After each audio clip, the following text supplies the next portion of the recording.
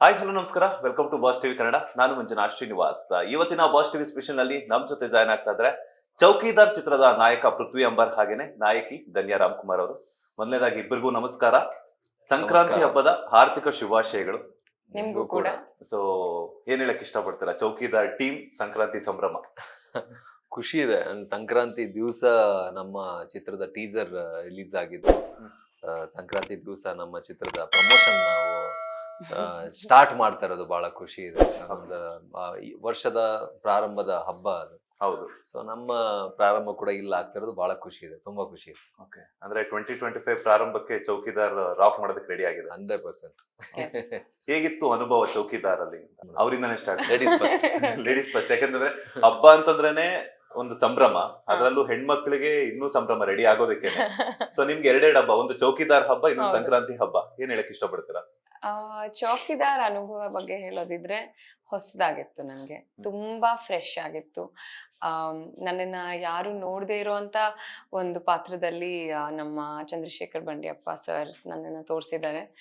So ಖುಷಿ ಆಗ್ತಾ ಇದೆ ನನಗೆ. I am feeling very proud. ಯಾಕೆಂದ್ರೆ ನಮ್ಮ ಸ್ಟಾರ್ ಕಾಸ್ಟ್ ನೋಡಿದ್ರೆ ಈಗ ಸಾಯಿ ಕುಮಾರ್ ಸರ್ ಅವರಿದ್ದಾರೆ, ಸುಧಾರಾಣಿ ಮ್ಯಾಮ್ ಇದ್ದಾರೆ, ಮತ್ತೆ ಪೃಥ್ವಿ ಅಂಬಾರ್ ಅವ್ರ ಜೊತೆಗೆ ನಾನು ಪೇರ್ ಆಗಿ ಕಾಣಿಸ್ಕೊಂಡಿರೋದು ಎಲ್ಲ ನನಗೆ ಐ ಥಿಂಕ್ ಓವರ್ ಆಲ್ ತುಂಬಾ ಪಾಸಿಟಿವ್ ವೈಬ್ಸ್ ಸಿಕ್ಕಿದೆ ಈ ಒಂದು ಸಿನಿಮಾಯಿಂದ.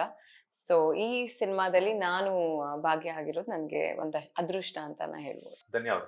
ಸಂಕ್ರಾಂತಿ ಸಂಭ್ರಮದಲ್ಲಿರೋದ್ರಿಂದ ಸೊ ದೊಡ್ಡ ಮನೆ ಸಂಭ್ರಮ ಅಂದ್ರೆ ದೊಡ್ಡ ಮನೆಯ ಒಂದು ಸಂಕ್ರಾಂತಿ ಸಂಭ್ರಮ ಹೆಂಗಿರುತ್ತೆ ಅಂತ? ಎಲ್ರ ಮನೇಲಿ ಹೇಗಿರುತ್ತೋ ಹಾಗೆ ಇರುತ್ತೆ. ಅಲ್ಲ, ಧನ್ಯಾ ರಾಮ್ಕುಮಾರ್ ಅವ್ರಿಗೆ ಸಂಕ್ರಾಂತಿ ಹಬ್ಬ ಅಂದ ತಕ್ಷಣ ನೆನಪಾಗುವಂತ ಎಳ್ಳು, ಬೆಲ್ಲ, ಕಬ್ಬು ಮತ್ತೆ ಸಕ್ಕರೆಯಿಂದ ಮಾಡ್ತಾರಲ್ಲ, ಅದು ಏನಂತಾರೆ? ಸಕ್ಕರೆ ಅಚ್ಚು. ಅಚ್ಚು, ಹೌದು. ಅದನ್ನ ಮನೆ ಮನೆಗೆ ಹೋಗಿ ಬೀರೋದು, ಅವ್ರ ಮನೇಲಿ ಅವ್ರು ನಮಗ್ ಕೊಡೋದು, ಮತ್ತೆ ಮನೆಗ್ ಬಂದು ಆ ಸಕ್ಕರೆಯನ್ನು ತಿನ್ನೋದು. ಅದು ನೆನಪಾಗಿತ್ತು ನನ್ಗೆ.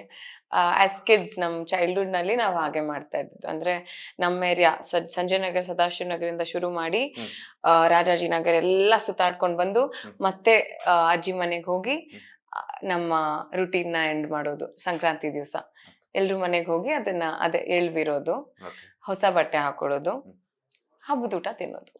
ಮೊದ್ಲೆಲ್ಲಾನು ಹಬ್ಬ ಅಂತಂದ್ರೆ ಒಂದ್ ಸಂಭ್ರಮ ಇರ್ತಿತ್ತು. ಹಬ್ಬಕ್ಕೇನೆ ಹೊಸ ಬಟ್ಟೆ ಎಲ್ಲ ಹಾಕೊಂತಿದ್ವಿ. ಈಗ ಹೀರೋ ಹೀರೋಯಿನ್ಸ್ ಆದ್ಮೇಲೆ ಪ್ರತಿದಿನ ಹೊಸ ಹೊಸ ಡ್ರೆಸ್ ಎಲ್ಲ ಹಾಕೊಂತಿದ್ವಿ. ಏನ್ ಚೇಂಜಸ್ ಆಗಿದೆ ಅಂತ? ಆಗ ನಾವ್ ಇಷ್ಟಪಟ್ಟು ಹಾಕೊಂತಾ ಇದ್ವಿ. ಈಗ ಅಯ್ಯೋ ಹೊಸ ಬಟ್ಟೆ ಹಾಕೊಬೇಕಲ್ಲ ಅಂತ ಹಾಕೊಂತೀವಿ. ಅಂದ್ರೆ it's really not a joke. ಕೇಳಿಬೇಕಂದ್ರೆ ಪೃಥ್ವಿ ಅವ್ರನ್ನ ಪ್ರತಿ ಪ್ರಮೋಷನ್ಗೂ ನಾವು ಬೇರೆ ಬೇರೆ ತರ ಡ್ರೆಸ್ ಮಾಡ್ಕೊಂಡ್ ಬರ್ಬೇಕು, ಇದು ಅದು ಅಂತ. ಎಸ್ಪೆಷಲಿ ನಮ್ಮ ಹೆಣ್ಮಕ್ಳಿಗೆ ಅಂತ ಅನ್ಕೊಂತೀನಿ. ಇಟ್ಸ್ ಎಫರ್ಟ್ ಹಾಕ್ಬೇಕು, ತುಂಬಾ ಎಫರ್ಟ್ ಹಾಕೋದಿದೆ.